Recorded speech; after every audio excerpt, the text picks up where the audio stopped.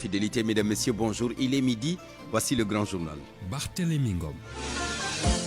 À la une, Tivaouane qui réagit à la poursuite de la grève des transporteurs malgré l'appel du khalife des Tijanes. Le COSCAS regrette et se dit déçu. Les grévistes, justement, qui ont été reçus hier soir par le chef de l'État, ils doivent aussi rencontrer tout à l'heure le ministre des Transports. La grève se poursuit donc, encore 72 heures d'arrêt de travail. À Tambacounda, la situation est devenue insupportable pour les usagers. Sortie d'Ousmane Sonko contre Donald Trump à propos de la guerre au Moyen-Orient. Avis d'experts, la parole à des spécialistes en relations internationales. Vous les entendrez. Dans ce midi, nous évoquerons également la visite du président de la CAF au Maroc. À l'image de son discours ici à Dakar, Patrice Motsepe a tenté à Rabat d'apaiser les tensions. Il a rappelé les liens forts qui unissent les peuples marocains et sénégalais. Mohamed Ali Mouba sera là pour les actualités internationales et la revue de la presse. Soda Cham pour le sport. Point de vue, comment analyser la réaction du Premier ministre Ousmane Sonko sur l'ébullition du Front social marqué par des grèves dans plusieurs secteurs. Rendez-vous en fin de journal avec nos deux intervenants.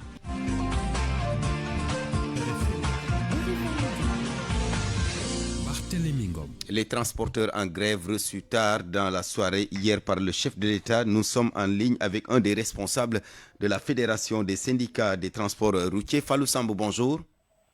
Bonjour, Barthélémy. Vous avez rencontré le chef de l'État hier soir, certainement autour de votre plateforme revendicative.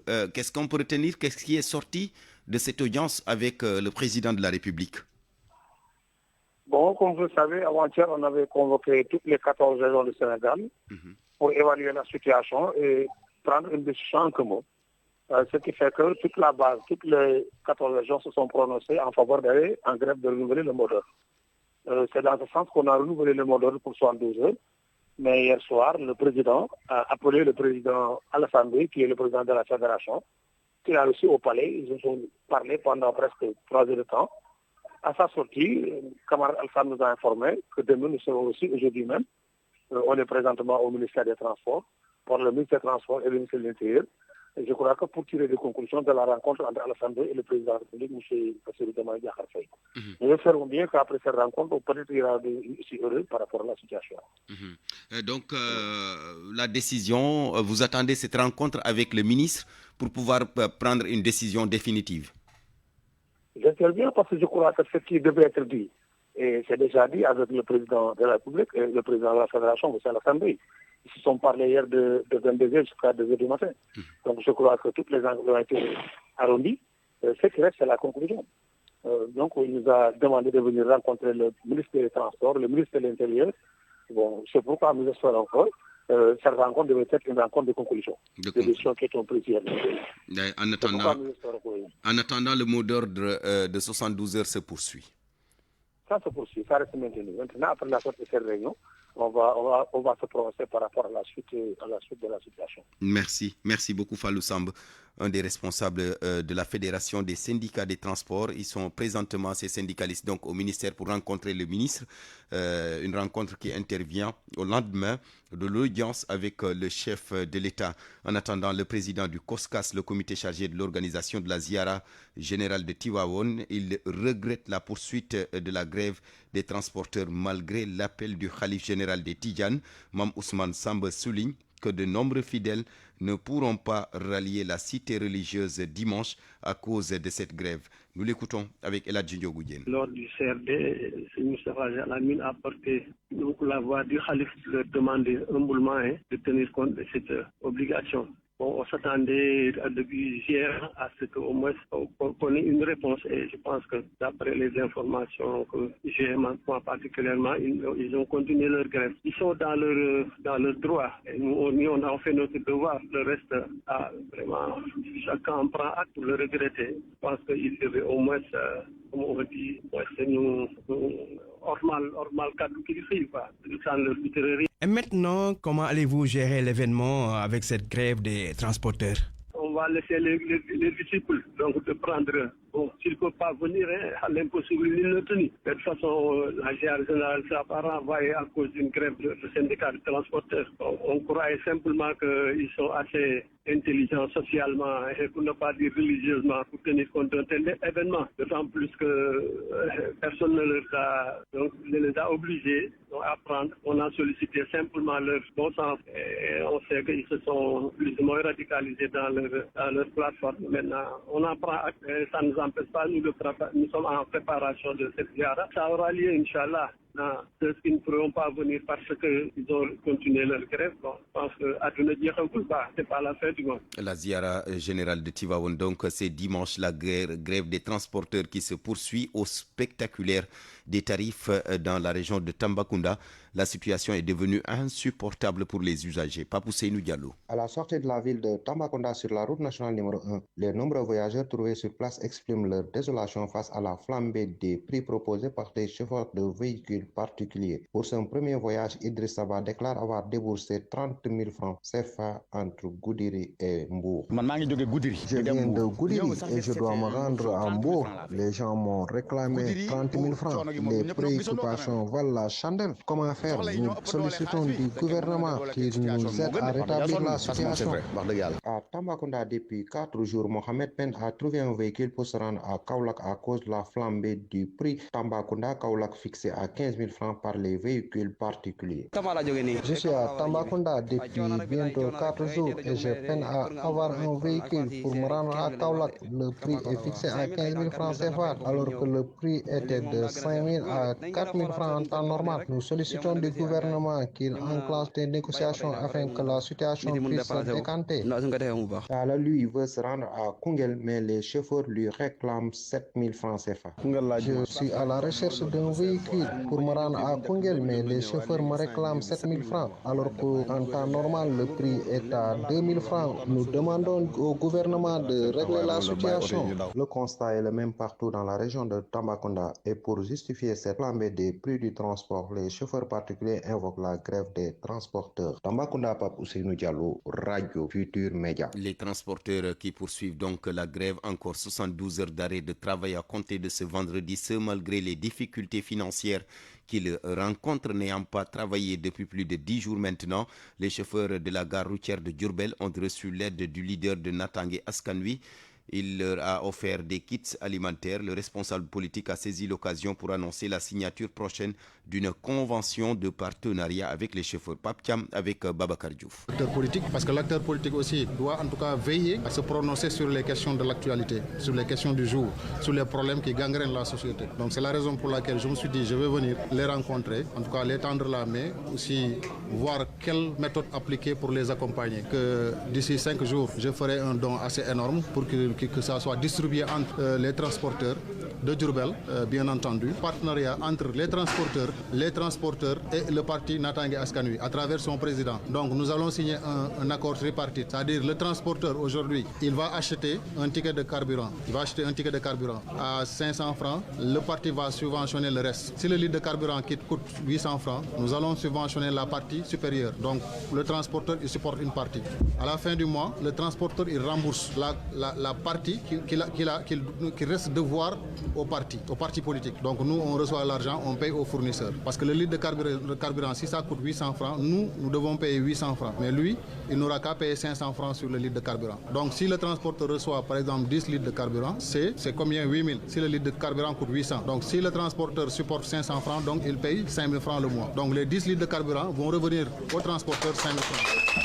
Papcham, le président du parti Natangué Askanui, la section SAES-FASTEF qui demande justement la reprogrammation du concours de cette année, elle exprime plutôt sa vive préoccupation concernant le maintien des épreuves écrites dans un contexte marqué par des perturbations du transport interurbain qui affectent la mobilité des candidats.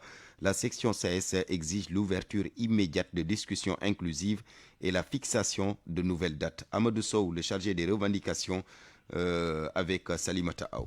Le contexte est marqué par des perturbations au niveau du transport et de sérieuses perturbations d'ailleurs au niveau du transport. Vous savez aussi que quand on parle d'un concours national, il faudrait que les conditions soient réunies pour que tous les candidats puissent compétir puissent compétir au même niveau d'égalité. Donc quand on parle d'égalité, on pense à l'équité, on pense aussi à la transparence. Et cette équité-là, elle se traduit par rapport aux conditions dans lesquelles les candidats vont compétir. De mobilité, quand on connaît aujourd'hui des perturbations de mobilité, de sérieuses perturbations de mobilité au niveau national, si un concours national est programmé dans ces conditions, on ne peut pas parler d'équité parce que les candidats ne seront pas au même niveau.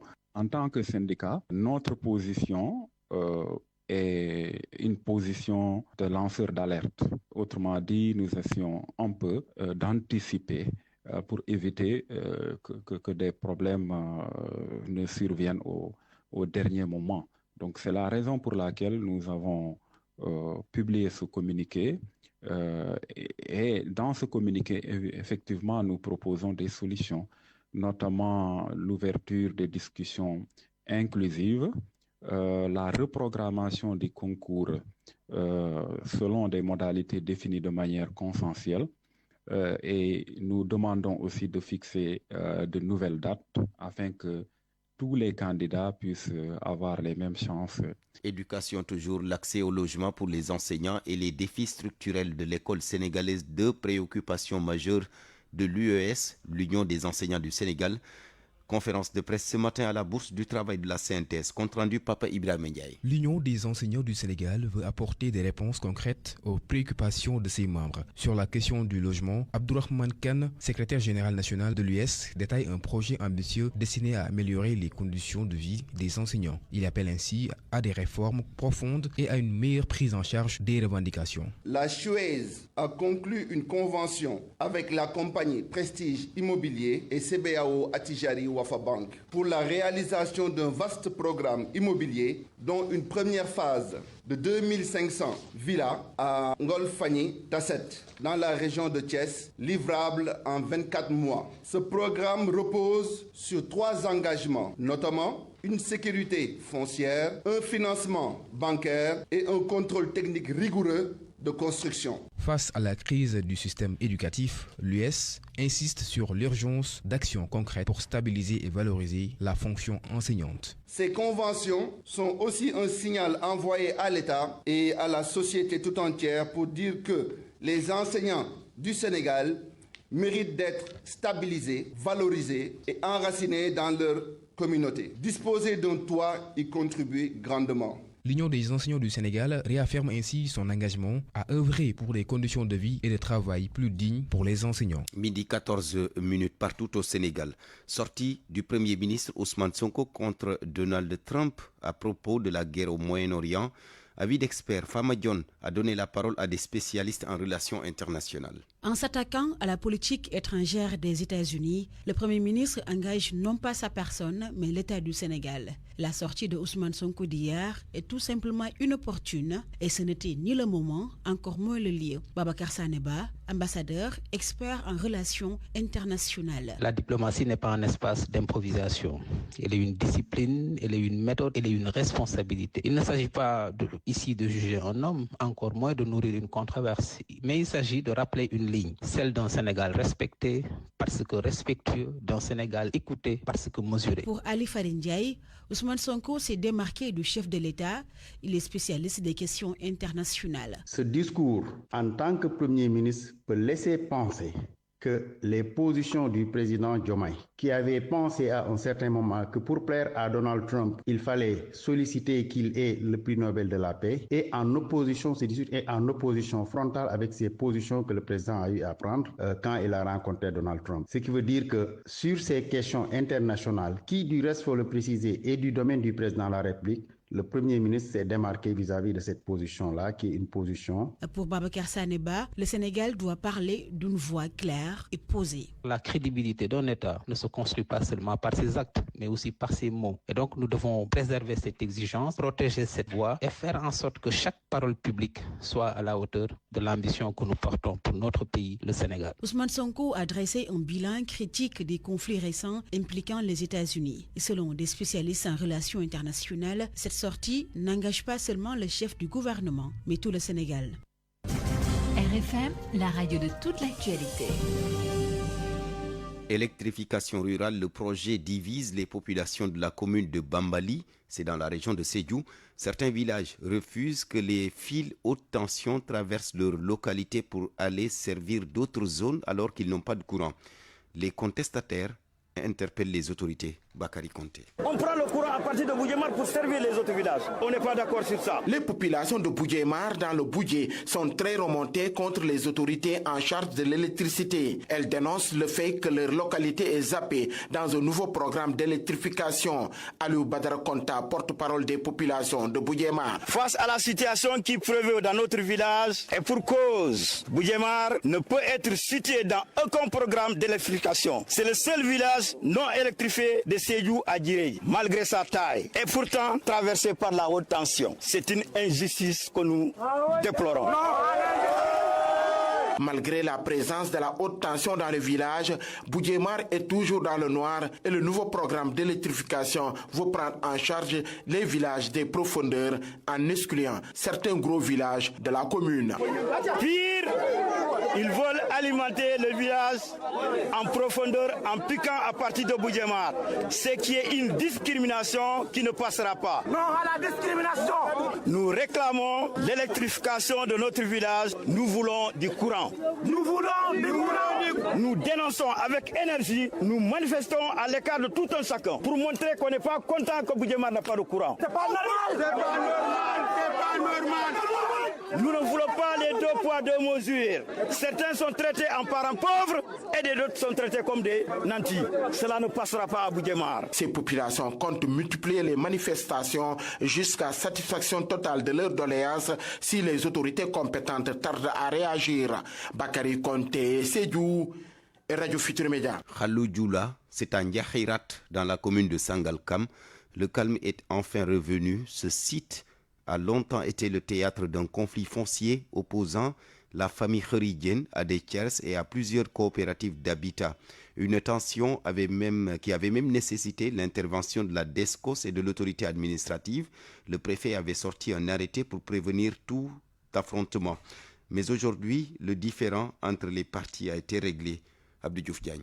Après des années de bras de fer, le conflit foncier opposant la famille kharidienne et des tiers a connu son épilogue. Une issue heureuse qui vient tourner la page d'un long feuilleton marqué par des tensions et multiples rebondissements. Nous avons demandé à se retrouver aujourd'hui pour rendre compte à chaque représentant de famille de cette lignée qui s'est réunie aujourd'hui, de porter à la connaissance des ayants droit que l'acquisition a été définitive sur décision de l'État, que nous remercions. Cette fois-ci, personne n'aura à interpréter que la famille est en conflit ou la famille s'attaque à l'État. La famille n'attaque ni l'État et la famille n'est ni en conflit. La famille, dans une posture de dignité, a réclamé son droit et l'a acquis de manière officielle. Ce dénouement est largement attribué à l'implication des autorités administratives. Le préfet et le sous-préfet ont joué un rôle clé en appliquant rigoureusement les directives des autorités centrales pour ramener le calme selon la famille. Dans cette procédure, la famille tient à assurer à toutes les parties prenantes des coopératives que la solution sera élargie à leur faveur, que les inquiétudes seront levées. Cela a été rendu possible par la posture des autorités judiciaires du département, des autorités exécutives du préfet et du sous-préfet, de l'ensemble de l'administration requise et réquisitionnée à travailler sur ce dossier et qui ont fait un travail exceptionnel et remarquable pour porter des résultats probants. Nous nous en félicitons. À tous qui s'attaquent aujourd'hui à ces autorités, n'en déplaise, ils ont été dans la vérité et rien que la vérité pour établir les faits.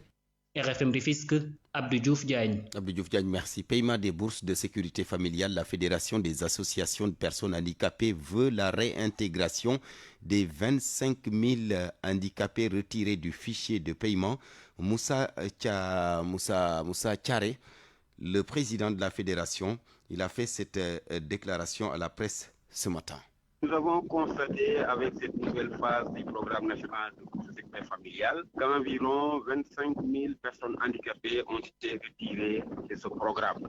Et nous avons pensé que cela ne se justifiait pas, dans la mesure où, même si l'article 12 du décret a délimité de 5 ans les prestations, il importe de souligner que l'article qui vient tout juste après confirme qu'il fallait au préalable évaluer la situation de pauvreté ou de vulnérabilité en vue de pouvoir cesser ces prestations. Et il s'ajoute que les personnes handicapées ont été enrôlées dans le programme national de bourse familiale sur la base de leur handicap et non sur la base d'un ménage. Vous savez, le décret vise les ménages. Donc, sous ce rapport, nous considérons également que cela est injustifié dans la mesure où le handicap entraîne la pauvreté, laquelle pauvreté aggrave le handicap de la personne. C'est la raison pour laquelle également nous pensons que ce retrait est non justifié. Mais il est aussi important de faire souligner à l'attention des autorités que le président de la République avait émis le souhait, en plus de la bourse de sécurité familiale, de mettre à disposition des personnes handicapées une allocation compensatrice du handicap.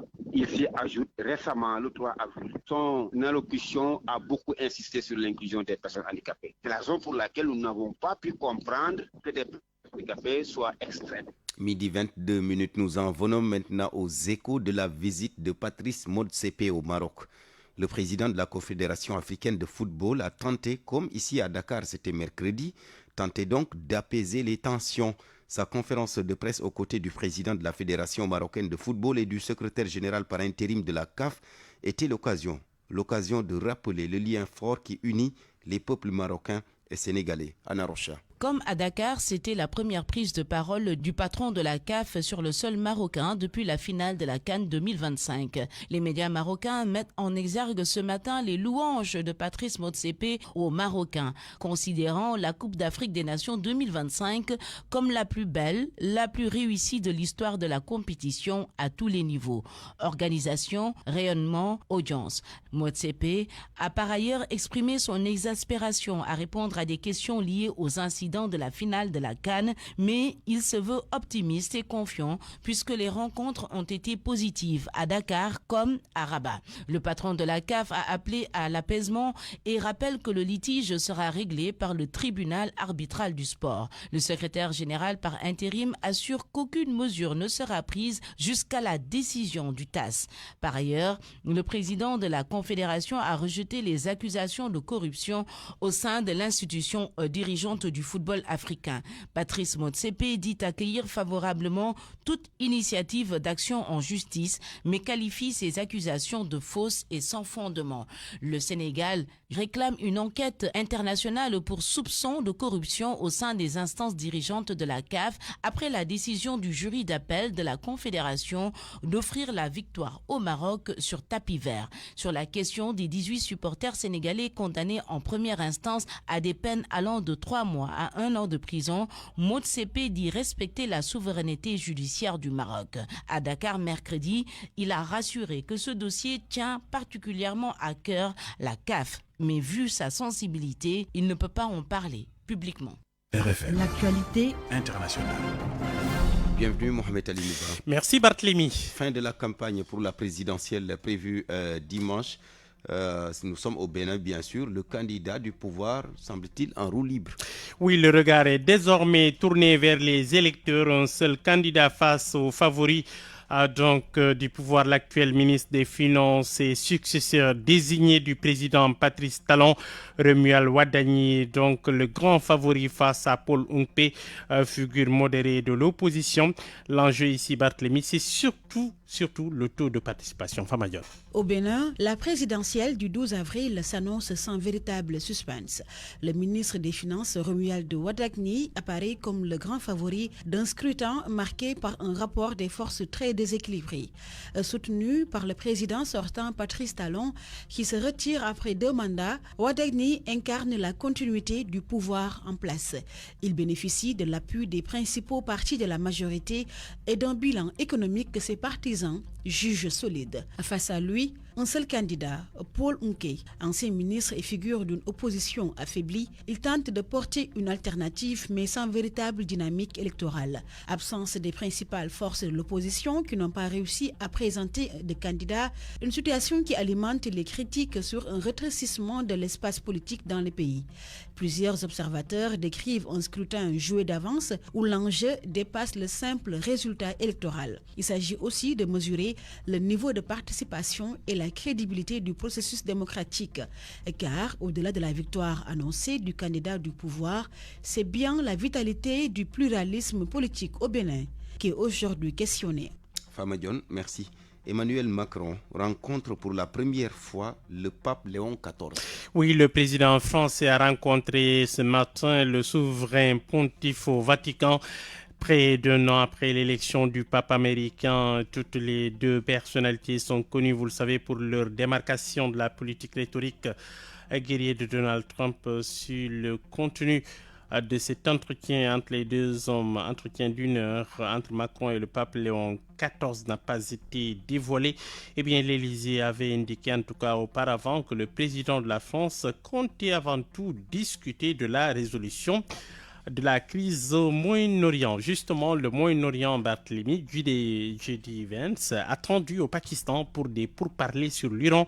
Le vice-président américain doit mener la délégation des États-Unis pour des discussions samedi, demain donc, sur l'Iran, aux côtés de l'émissaire Steve Witkoff et Jared Kushner. La participation des Iraniens reste incertaine après des frappes israéliennes qui ont fait plus de 300 morts au Liban, malgré des positions divergentes. Et bien, le président américain Donald Trump s'est dit très optimiste sur la possibilité de conclure un accord avec Téhéran. Merci beaucoup Mohamed Ali Mouba. Parole aux auditeurs. L'actualité, qu'en pensez-vous? Moi, je pense que vous devrez. Réagissez dans nos éditions d'information sur l'actualité. Bonjour. Du lundi au vendredi, vous avez la parole sur RFM. Point de vue, comment analyser la réaction du Premier ministre Ousmane Sonko sur l'ébullition du Front social marqué par des grèves dans plusieurs secteurs? Rendez-vous tout à l'heure avec nos deux intervenants. RFM Sport.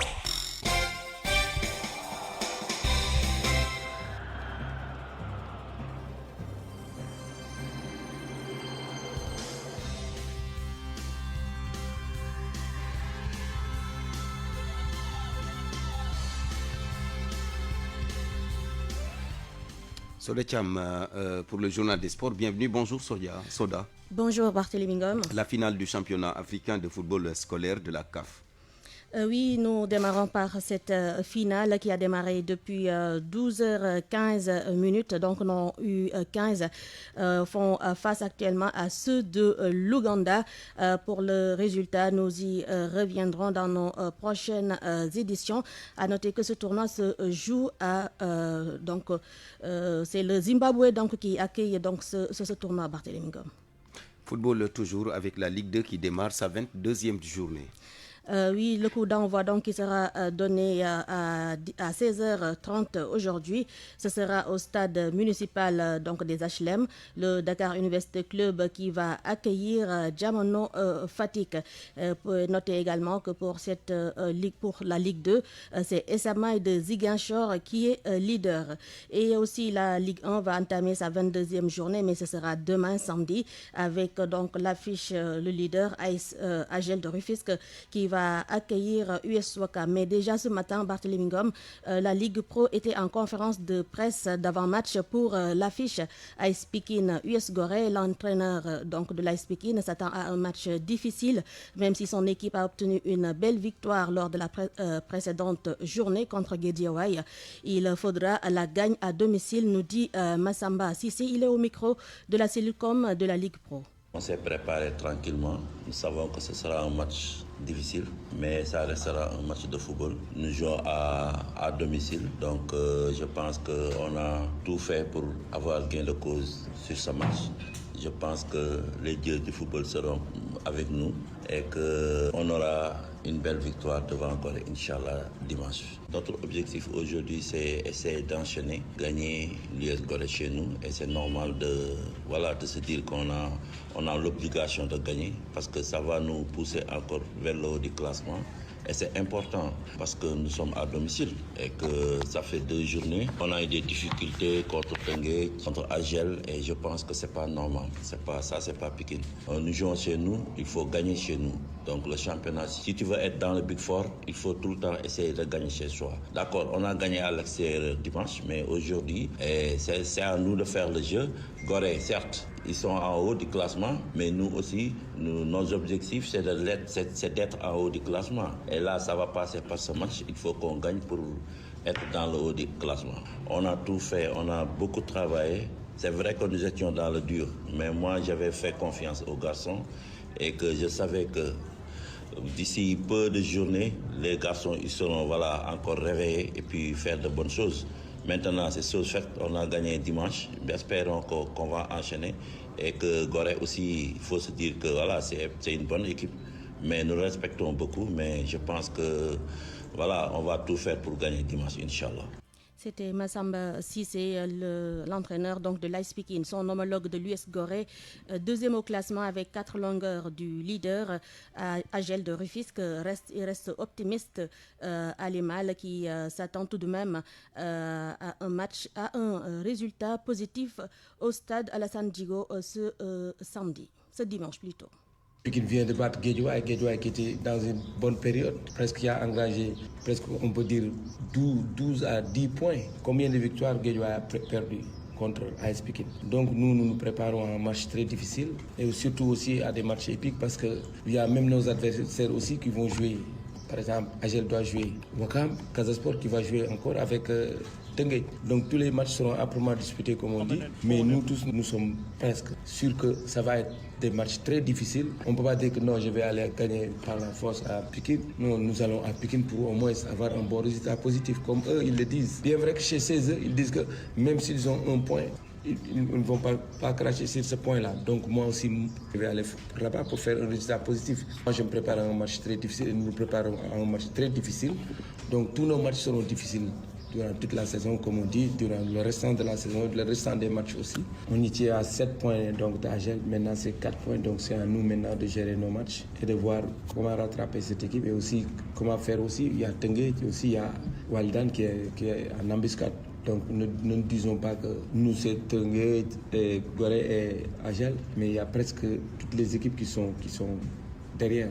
Donc on ne peut pas dire que nous serons champions, nous serons deuxième ou bien troisième, mais c'est à nous de nous battre et de se dire que chaque match est important. Et nous parlons de l'ex-sélectionneur des Lions, Sodetiam, Aliou Cissé, qui a récemment quitté le banc de l'équipe libyenne. Il n'a pas tardé à trouver donc un nouveau point de chute. Effectivement, hier jeudi, la Fédération angolaise de football a confirmé sa nomination comme sélectionneur des Palancas Negras avec un contrat de 4 ans. Chertidiane Diagne sur les attentes. Désormais à la tête des Palancas Negras depuis hier, Aliou Cissé aura pour première mission de qualifier l'Angola à la CAN 2027. Il aura juste 1 mois et demi pour entamer les éliminatoires et tourner définitivement cette page d'une élimination précoce de l'Angola lors de la dernière Coupe d'Afrique des Nations sous l'ère Patrice Baumel. À noter que l'Angola dispose d'un vivier assez intéressant mais peine à s'imposer parmi les nations qui comptent sur le continent. Sans même le dire, Aliou Cissé est perçu comme un architecte sur qui l'Angola compte pour bâtir enfin une équipe solide capable de rivaliser avec les meilleurs. Reconnu pour sa rigueur, Aliou Cissé entamera ses prestations par des rencontres amicales déjà ficelées par son employeur, la Fédération angolaise de football.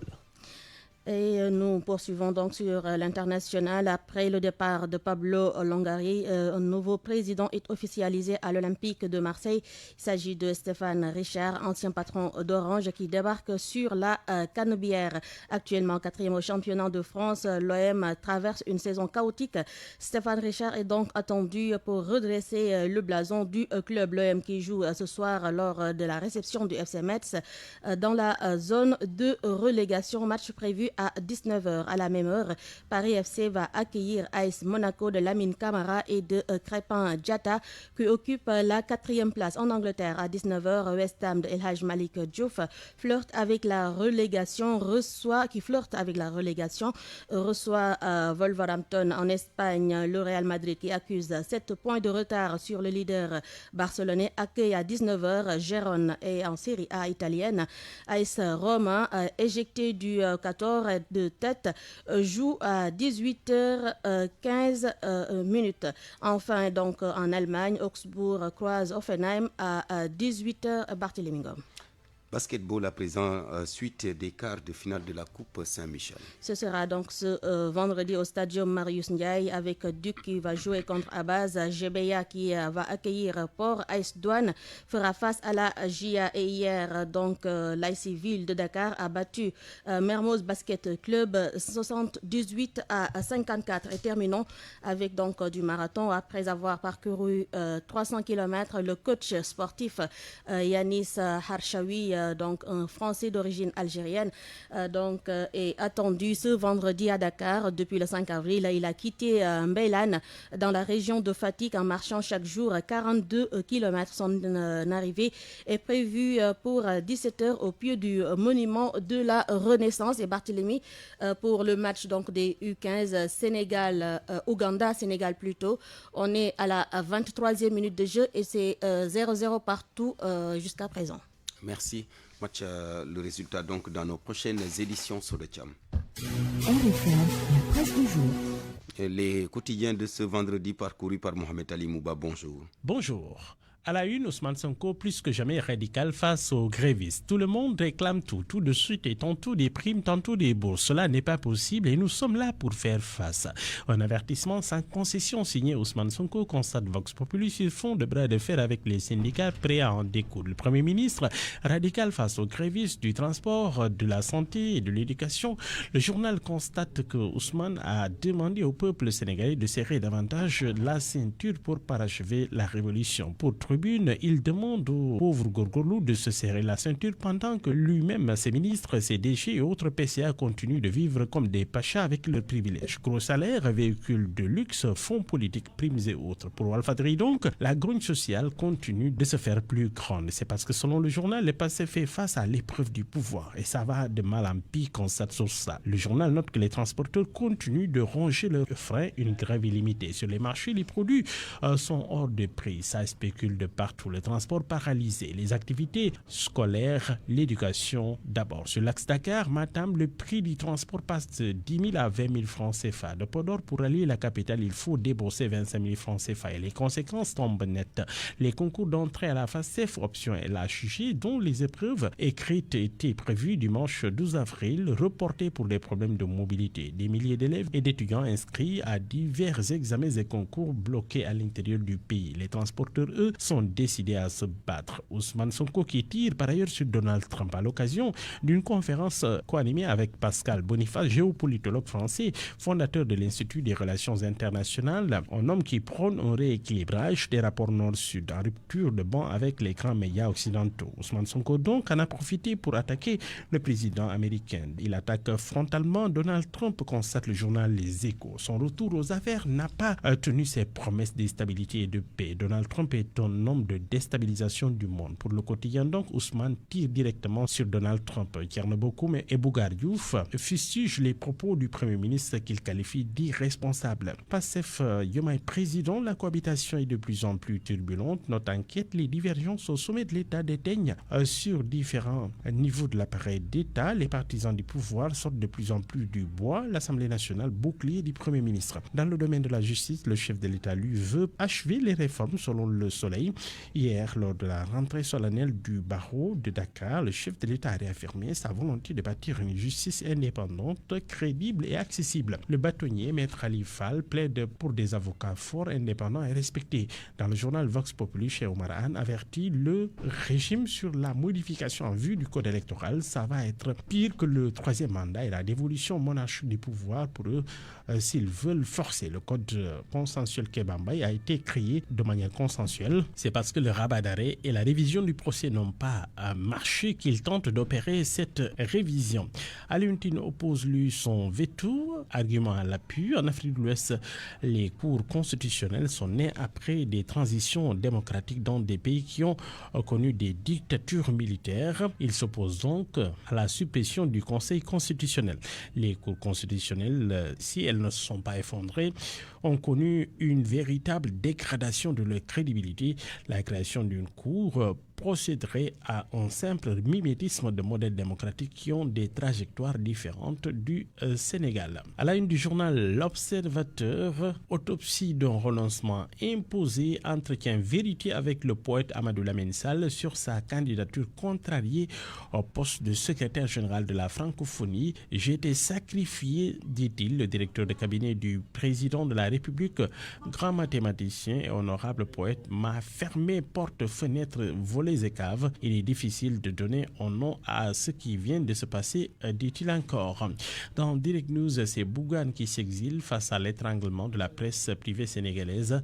Le PDG du groupe des médias, Bougane, s'apprête à lancer une télévision panafricaine en Gambie, dénommée Gambia TV. D'après les mêmes sources, une autre chaîne de télé serait également en cours de création en Guinée-Conakry, confirmant ainsi l'ambition du groupe de renforcer sa présence médiatique à l'échelle régionale. Énonce-t-il textuellement. Sport pour boucler dans le journal Tribune. Après la Libye, Aliou Cissé prend les rênes de l'Angola. Le journal constate que l'ancien sélectionneur du Sénégal a décidé de coacher les Angolais. Mondial 2026, Jean-Jacques Nala écarté. Le journal note que l'arbitre de la finale Sénégal-Maroc ne va pas siffler le mondial. Il a été écarté par la FIFA. Bonne nuit à tous.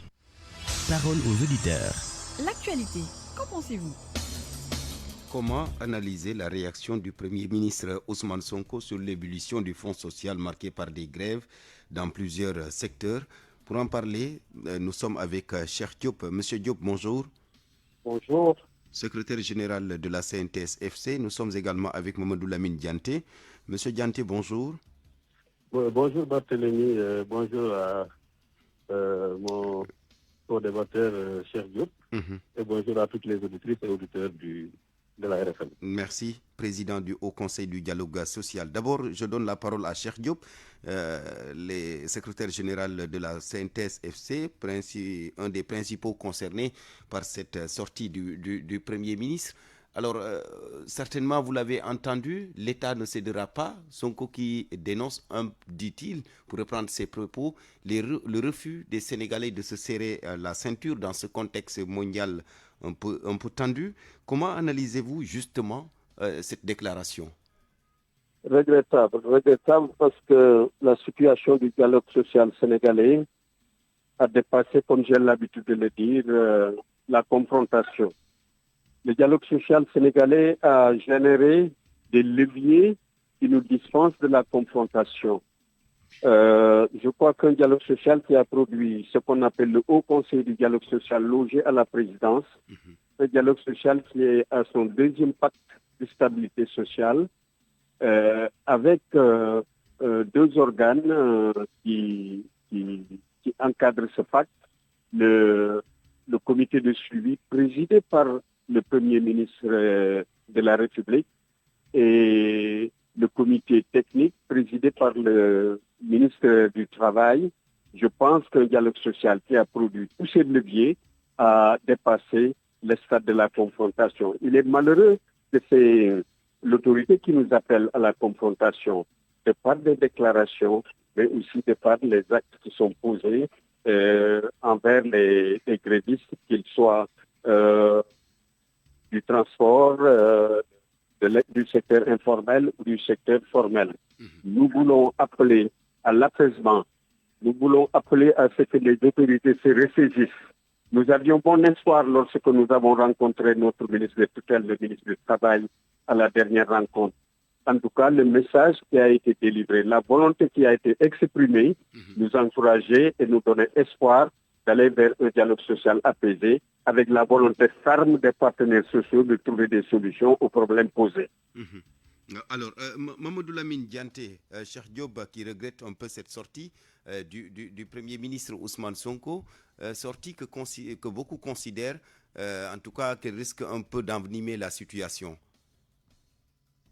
Oui, en fait, je crois que ce qu'il faut d'abord relever, et je crois que le secrétaire général Cheikh Diop l'a dit, il y a en 2002 un document important qui a été signé par les mandants tripartites, gouvernement, travailleurs et employeurs, qu'on appelle la Charte nationale sur le dialogue social. Ils l'ont signé en disant ceci, qu'il faut changer de paradigme. Parce que dans le milieu du travail, il y a forcément des différends qui peuvent survenir, mais il faut privilégier le dialogue. Il faut mettre en avant le dialogue avant donc d'en arriver à la confrontation. Et c'est sous ce registre que l'institutionnalisation du dialogue social a eu lieu. Et le secrétaire général Cheikh Diop l'a dit. On est arrivé aujourd'hui à la mise en place du Haut Conseil du dialogue social qui est logé au cabinet du président de la République avec la représentation tripartite des travailleurs, des employeurs et du gouvernement. Et depuis notre avènement au niveau du Haut Conseil du dialogue social, nous donnons corps à cette charte nationale sur le dialogue social en luttant de toute notre force pour que véritablement le dialogue puisse prévaloir au niveau donc du Sénégal. Et nous saluons à ce titre l'ouverture du gouvernement, en tout cas des autorités actuelles, au dialogue, parce qu'il est arrivé des moments où ce dialogue-là ne pouvait pas avoir lieu. Et nous saluons également la disponibilité des travailleurs à se retrouver avec la partie gouvernementale autour de la table pour engager le dialogue et trouver des solutions. Et je crois que c'est dans cette lancée-là qu'il faudra continuer. Et dans le dialogue social, nous avons toujours dit, tant que les protagonistes n'acceptent pas le jeu de rôle, à savoir que le travailleur qui demande se mette à la place de celui qui donne pour comprendre en réalité ses capacités et ses limites, et que celui qui donne également se mette à la place du travailleur pour comprendre la quintessence de ses revendications, évidemment, on ne pourra pas s'entendre. Parce que si le donneur se met à la place du demandeur, il comprendra la quintessence des revendications et il ne va pas rechigner pour donner tout ce qu'il doit donner. Et si le travailleur également ne se met pas à la place du demandeur pour savoir quelles sont ses limites et quelles sont ses capacités, évidemment, à chaque fois qu'on lui donne quelque chose, il peut avoir tendance à minimiser ça et à demander encore beaucoup plus. Je crois que ce Sénégal-là est un Sénégal que nous partageons. En tout cas, c'est ça l'appel du Haut Conseil du dialogue social, que les gens continuent dans la concertation, que les gens utilisent la voie du dialogue pour trouver une solution aux différends qui les opposent et pour ne pas arrêter l'activité de travail et que la production de richesse puisse continuer afin qu'elle puisse, une fois produite, pouvoir être partagée équitablement entre les différentes parties. D'accord. Alors, l'État, vous l'avez dit, est dans les dispositions de dialoguer avec l'autre partie, mais quand le Premier ministre dit que l'État ne cédera pas, est-ce que ce n'est pas une façon de refermer un peu ces portes du dialogue? Oui, mais je crois qu'il faut aussi rappeler que ça, c'est au terme d'un processus, peut-être qui n'est pas encore abouti. Il y a eu de nombreuses rencontres qui ont eu lieu. Cheikh Diop l'a dit, il y avait déjà des pactes qui ont été signés, que ce soit de façon sectorielle ou au niveau national. Mais le pacte national de 2025 a été mis en place. Un plan d'action a été élaboré conjointement par les travailleurs, les employeurs et le gouvernement avec un échéancier. Les organes du pacte ont été mis en place et ont commencé à fonctionner. Je crois que les discussions sont en train de se poursuivre et il faut exhorter les uns et les autres à continuer dans cette dynamique-là. Au niveau sectoriel également, autour du ministre de la fonction publique, des concertations ont régulièrement eu lieu. Bon, peut-être que c'est à ce niveau que nous avons parlé du jeu de rôle. Il faudrait que le donneur puisse comprendre la quintessence des revendications des demandeurs, à savoir les travailleurs, mais également que les travailleurs puissent savoir un peu les limites. Donc, je crois qu'il ne faut pas peut-être réduire le discours d'une partie à sa stricte dimension. Il faut peut-être le considérer dans un contexte global, mais toujours est-il que je crois qu'il y a encore de la place pour que les gens n'arrivent pas à la confrontation, que les gens puissent raisonnablement savoir marquer un coup, parce qu'après tant de semaines de revendications, je crois qu'aujourd'hui, si c'est une alerte, elle a bien été entendue par les autorités qui ne vont pas hésiter également à continuer dans ce sens-là. Maintenant, le Haut Conseil du dialogue social est le fruit de la volonté des travailleurs, des employeurs et du gouvernement. Ce Haut Conseil-là, je crois que tant que nous sommes à la tête du Haut Conseil, on s'efforcera pour que véritablement le fil du dialogue ne soit pas rompu. Et tout ce qu'il y a comme possibilité et qui est à notre connaissance pourra profiter également aux travailleurs qui demandent. D'accord. Je reviens à vous tout à l'heure, M. le Président. Cheikh Diop, secrétaire général de la CNTS, est-ce que les centrales syndicales, les syndicats, est-ce que vous n'êtes pas allé un peu loin dans vos revendications, dans votre façon d'engager ce bras de fer en réclamant, entre guillemets, l'impossible, surtout dans ce contexte mondial un peu tendu? Mais je ne suis pas du tout d'avis de je n'ai pas le sentiment que les organisations syndicales réclament l'impossible. Les organisations syndicales ne peuvent pas réclamer l'impossible et ne réclameront pas l'impossible. Je dois rappeler que le véritable problème qui se pose, c'est la conception que l'autorité se fait de la revendication et de l'action syndicale. Tant qu'il ne reconsidère pas la revendication et l'action syndicale, il y aura toujours des difficultés. Il faudrait comprendre que le mouvement syndical, tant que tourneront les machines, naîtront des revendications. Donc, il faudrait que la conception que l'autorité se fait de la revendication soit revue, car l'autorité aujourd'hui considère la revendication comme un chantage syndical. Or, la revendication doit être reconsidérée comme un facteur de progrès social. La revendication ne s'apparente pas au chantage. Nous ne faisons que revendiquer. Et ceci, depuis le bout des temps, depuis les relations, depuis le début des relations capital-travail, le rôle du mouvement syndical, c'est justement d'équilibrer les richesses. Le rôle du mouvement syndical, c'est de faire en sorte que la force du travail s'en sorte et que l'accaparement des richesses produites par le couple capital-travail ne soit pas accaparé par le capital. Donc aujourd'hui, nous sommes en face d'un État qui doit reconsidérer, des décideurs qui doivent reconsidérer la revendication, qui doivent comprendre que la revendication, ce n'est pas du chantage. La revendication, c'est un facteur de progrès.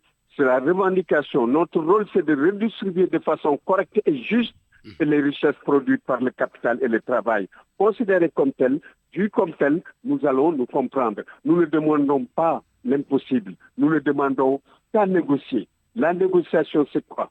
Voilà ce que je peux faire sur ce que vous demandez. Voilà ce que je ne peux pas faire sur ce que vous demandez. Voilà ce que je ne peux pas faire aujourd'hui, mais demain. Et on discute, on trouve un terrain d'entente. Ceci, ça a toujours fonctionné comme ça. Il n'y a jamais eu de problème.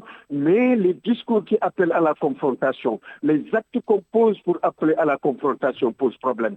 Je voudrais faire remarquer que le mouvement syndical a tout le temps la capacité de se réinventer. Je rappelle l'origine du port des brassards rouges.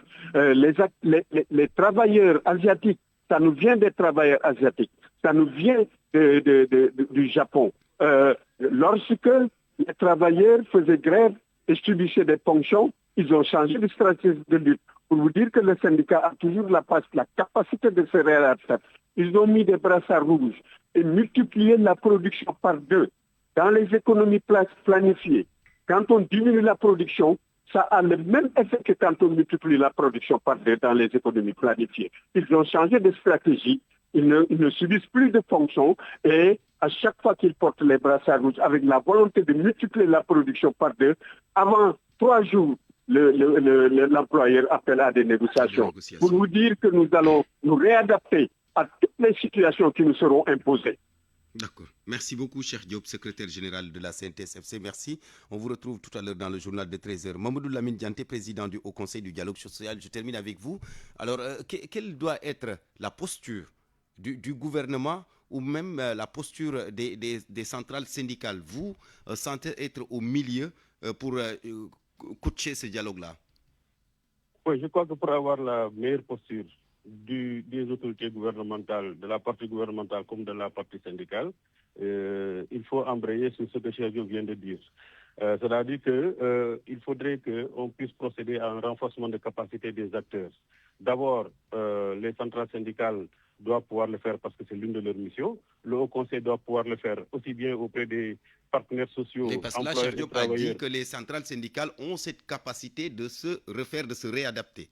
Oui, c'est ce que j'ai dit. C'est-à-dire que tant que ça reste au niveau des centrales syndicales, ça ne descend pas au niveau des syndicats sectoriels, ça va toujours poser problème. Il faudrait donc que dans le cadre du renforcement de capacité, qui est une des missions des centrales syndicales, que ce travail de formation et de renforcement de capacité puisse se poursuivre. Au niveau du Haut Conseil du dialogue social, que ce soit auprès de la partie gouvernementale comme des partenaires sociaux, travailleurs et employeurs, que nous puissions continuer à à renforcer la capacité des acteurs pour une meilleure appropriation des vertus et des principes du dialogue social. Tant qu'on n'est pas à ce niveau-là, la confrontation va se poursuivre. Je suis d'accord avec lui. Il y a eu des moments où l'activité syndicale appelait à l'arrêt de travail à travers des grèves. Mais il faudrait aussi que, en fonction du contexte qui évolue, que l'action syndicale également puisse évoluer. Je crois que c'est dans ce sens-là qu'il dit qu'il faudrait qu'il y ait une réinvention de l'action syndicale. Et je leur fais absolument confiance, parce que quand on est dans une situation comme celle-là, avec de nouvelles autorités qui sont en train de prendre leur marque, il est important quand même qu'on puisse changer d'attitude. Le plus important, c'est mettre en avant le dialogue et la concertation, trouver des consensus, parce que, comme lui-même il a l'habitude de le dire, parce que nous sommes également un de ses élèves, il a l'habitude de le dire, que la grève n'est pas une fin en soi, la grève n'est qu'un moyen. Donc, il faudrait qu'en utilisant ce moyen-là, qu'on déclenche quelque chose et puis qu'on retourne au travail. Je crois que c'est ça qui est le plus important. Et éviter surtout des discours qui pourraient, par exemple, pousser l'autre partie à se braquer. Ça ne servira à rien et ça ne fera que rendre plus difficile la recherche de consensus qui est demandée. Merci beaucoup Mamadou Lamine Dianté, président du Haut Conseil du dialogue social. Merci également à Cheikh Diop, le secrétaire général de la Confédération nationale des travailleurs du Sénégal, Force du changement, CNTS-FC. On vous retrouve tout à l'heure, vous allez poursuivre le débat à 13h dans le journal en Wolof qui vous sera présenté par Eladji Ndiogou Diène. Mesdames, Messieurs, merci. C'était le midi, présenté par Barthélémy Ngom, mise en onde Abdoul Khadra Lo, réalisation Ndiogou Diène. Il sera là pour le 13h dans moins de 4 minutes. Bonne suite de programme sur la radio Futur Média.